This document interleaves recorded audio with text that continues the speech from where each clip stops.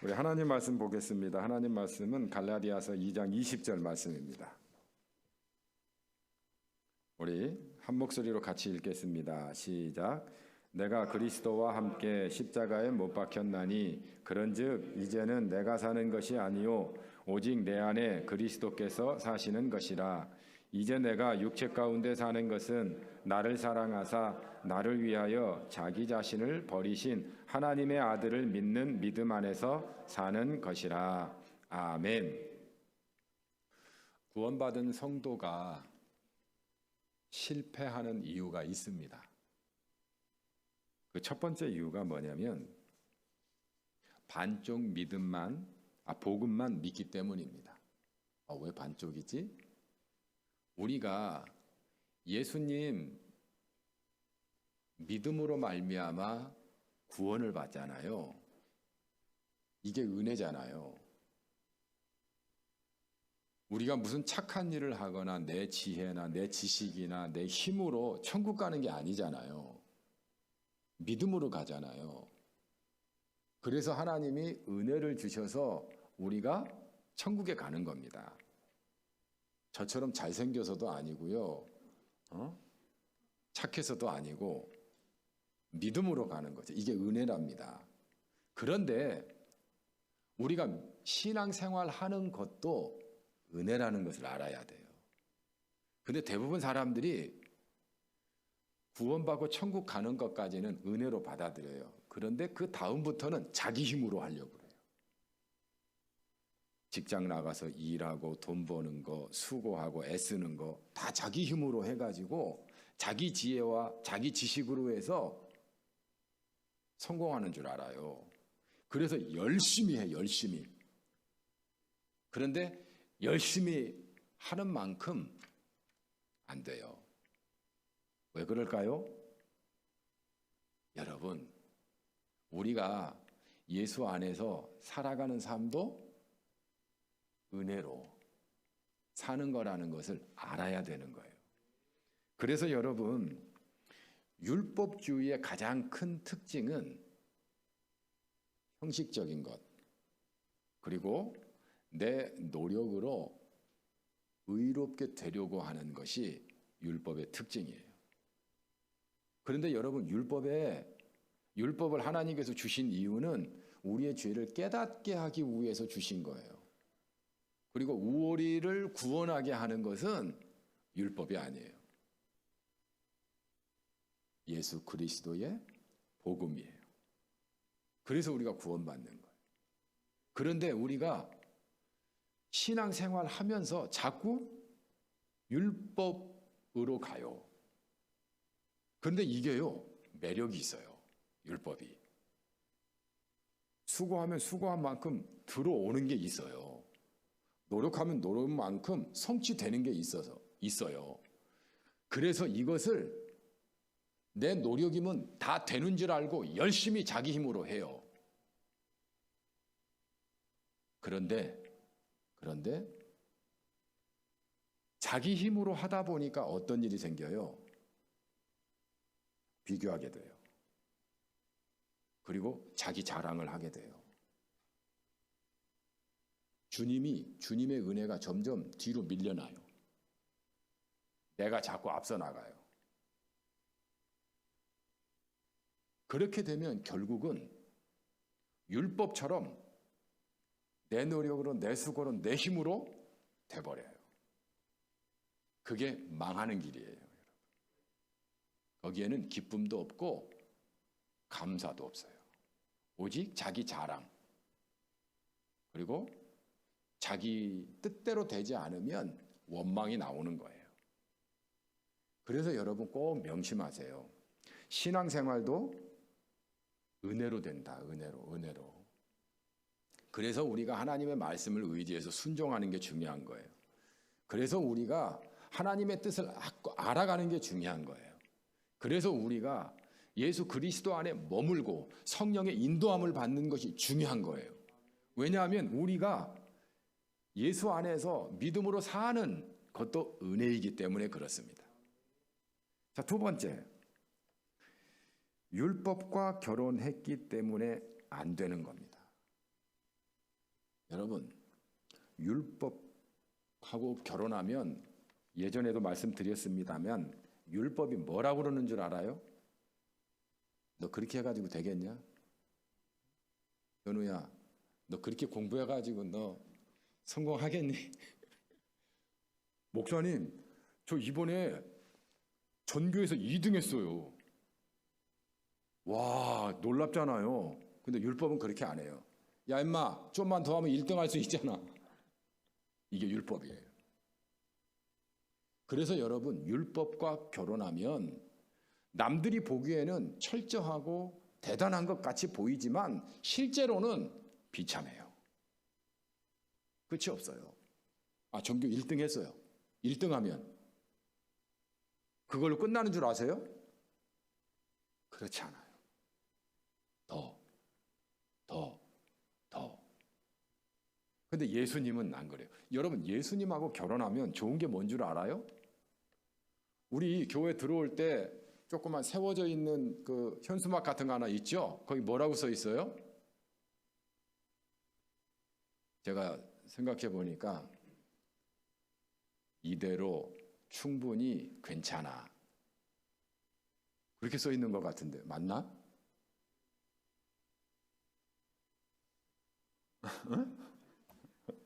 아, 그런 것 같아요. 예수님은 우리가 실수했어요. 괜찮아. 우리가 넘어졌어요. 많이 아프지? 주님은 이러세요. 그러니까 우리가 힘이 나는 거예요. 야, 나 사랑하고 있구나, 주님이. 그래서 평안한 거예요. 그런데 율법은 살벌해요. 그래서 여러분, 우리가 율법하고 결혼하면 내 힘으로 내 뜻대로 뭔가 되는 것 같지만 거기에 기쁨과 감사와 감격이 없는 거예요. 그래서 예수님과 결혼하셔야 돼요. 예수님과 결혼해야 우리가 어때요? 신랑 되신 예수님을 통해서 놀라운 은혜를 받는 거예요. 그리고 주님이 앞서 가시면은 승리하는 거예요. 할렐루야. 그래서 늘 어려움은 있죠.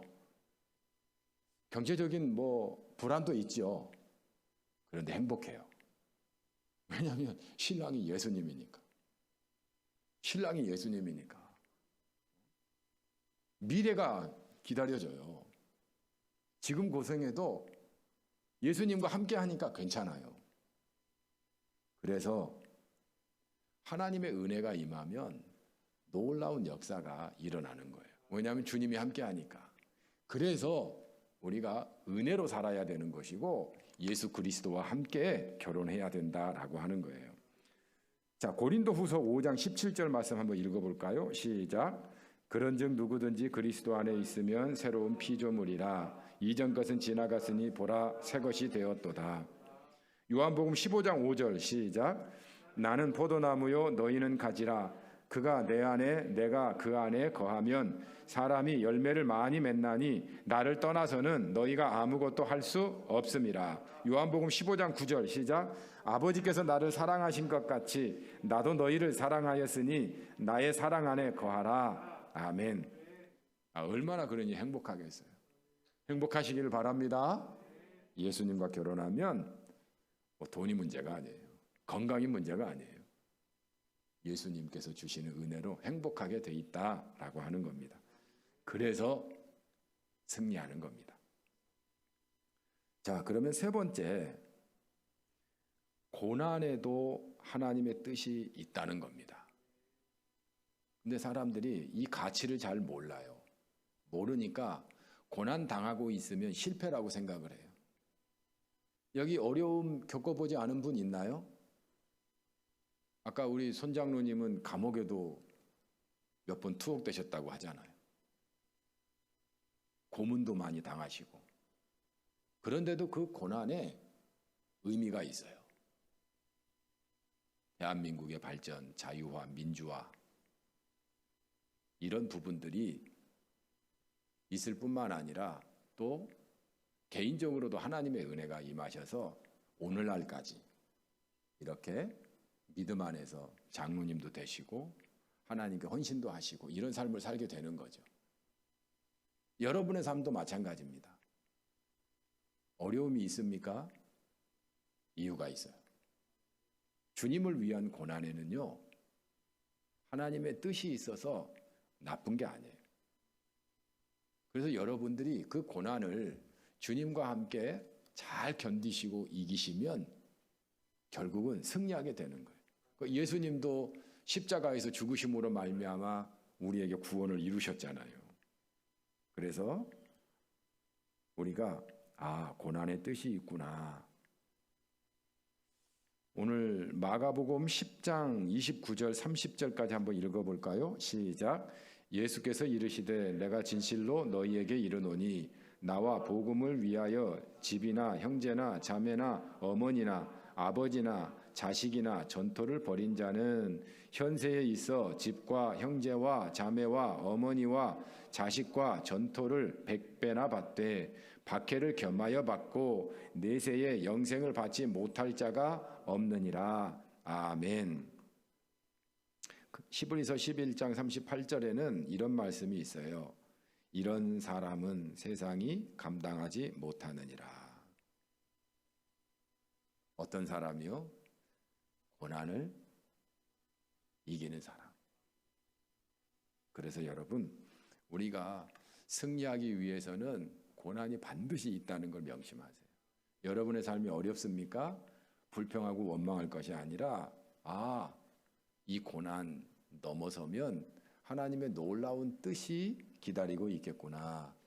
하나님의 축복하심이 있겠구나. 이렇게 생각하시고 잘 견디고 이겨내시기를 바랍니다. 자, 네 번째는 우리가 실패하지 않으려면 습관이 중요해요.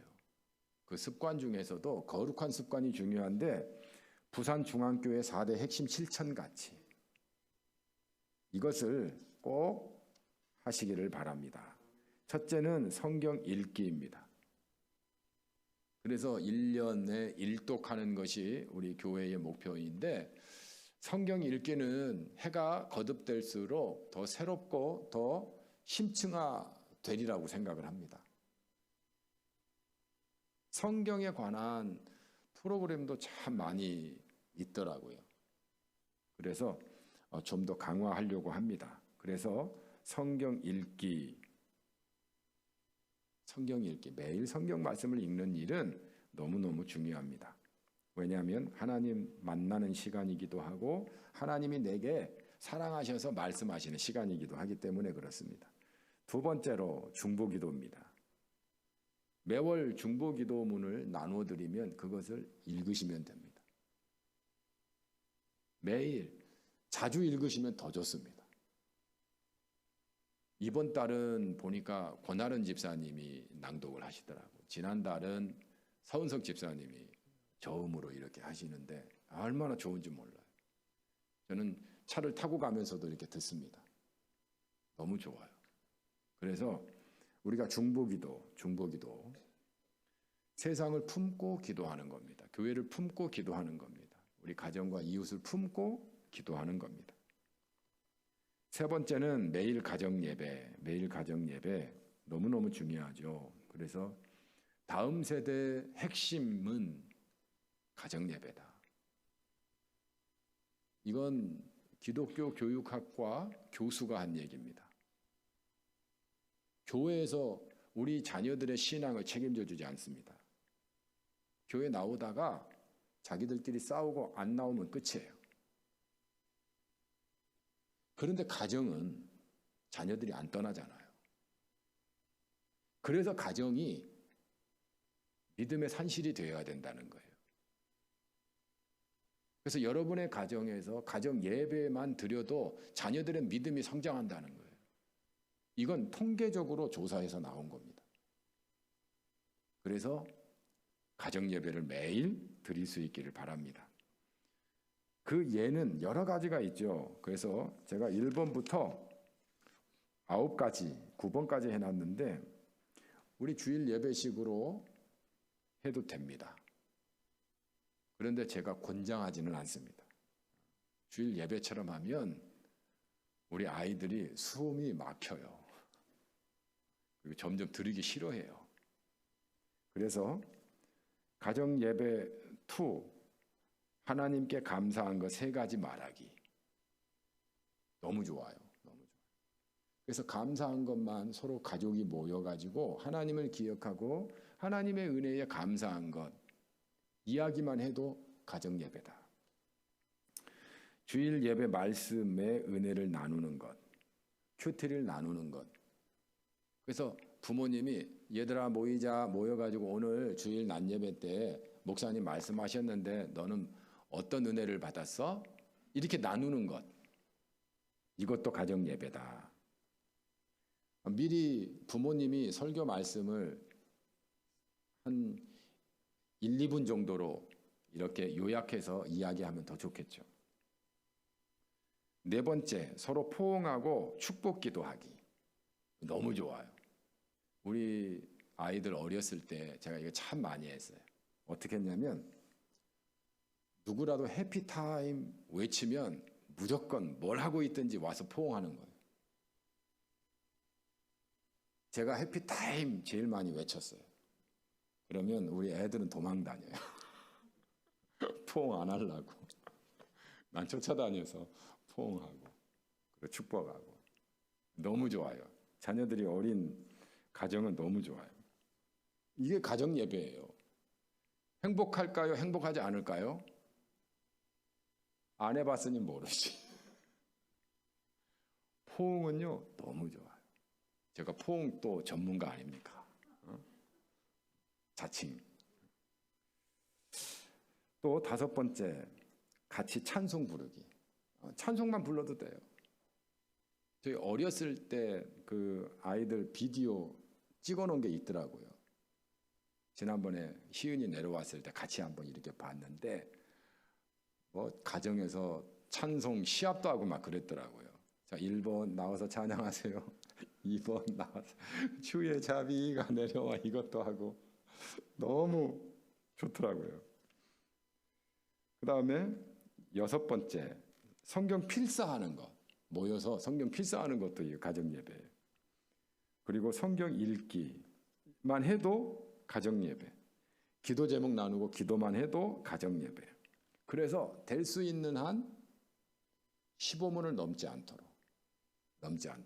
넘으면 그때는 괜찮은데 그 다음부터 모이기 싫어해요. 특별히 자녀들은 더 싫어해요. 그래서 부모가 강제하지 않으면서도 자연스러우면서도 은혜가 있는 그런 가정 예배. 어렵지만 은혜로 되는 줄로 믿습니다. 예, 얼마나 좋은지 몰라. 그리고 세족식 하는 것도 너무 좋죠. 특별히 1년에 한 몇 번 정도는 세족식 하면서 기도해 주는 거예요. 정말 좋습니다. 그리고 4번째, 감사일기 쓰기. 감사일기 쓰기는 뭐 우리 교회에서 계속 하는 것이기 때문에 여러분들이 잘 알고 있어서 설명을 잘 할 줄로 생각을 합니다. 하고 계시죠? 고개 좀 흔들어 봤어요. 예, 하시는 분.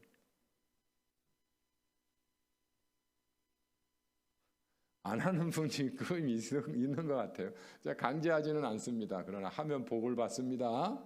예, 복 받으실 분은 하세요. 너무 좋습니다. 그리고 가끔은 한번 여러분이 쓴 거 읽어보세요. 얼마나 좋은지 모릅니다. 자, 그래서 저는 우리 부산중앙교회가 믿음이 떨어지지 않고 유지 내지 상승하려면 우리 부산중앙 그 4가지 핵심 실천 가치를 행하는 그런 교회여야 된다. 우리 어린이들도 어른들도 전부 다 이 4가지를 한다면 믿음은 좋게 돼 있다. 절대 뭐 약한 믿음 아니다. 이 생각 가지시고, 이것은 여러분 우리 오래만 할 거 아니에요. 죽을 때까지 할 거예요. 그러니까 얼른 하는 게 좋겠죠. 좋은 말 할 때 제가 신방하면 꼭 물어보겠습니다. 자, 우리 같이 기도하겠습니다. 이걸로 어서와 우리 부산중앙교회는 처음이지 마치려고 하는데요. 저는 하나님께서 오늘 선장로님 보내주신 것도 참 놀라운 의미가 있다고 생각을 합니다. 우리가 가자고 한 게 아니라 주님께서 찾아오게 하셨어요. 아, 이런 일이 있구나. 참 놀랍다. 앞으로 이런 일이 많겠다 생각을 했습니다. 그래서 어서와 부산중앙교회는 처음이지가 참 의미가 있다. 그래서 우리 부산중앙교회 우리 BC 멤버십 팀 하나님께서 역사해 주셔서 이 교제를 잘 가르칠 수 있도록 인도해 주시고 또 배운 자들마다 잘 정착하게 하시고 또 새로운 그런 하나님께서 부흥의 시기를 우리 부산중앙교회에 허락해 달라고 역사해 달라고 그래서 수많은 영혼이 구원받고 예수 안에서 승리하는 삶을 살게 해달라고 또 부산중앙교회 4대 실천 가치 이 가치를 정말 잘 감당하는 우리 부산중앙교회가 되게 해달라고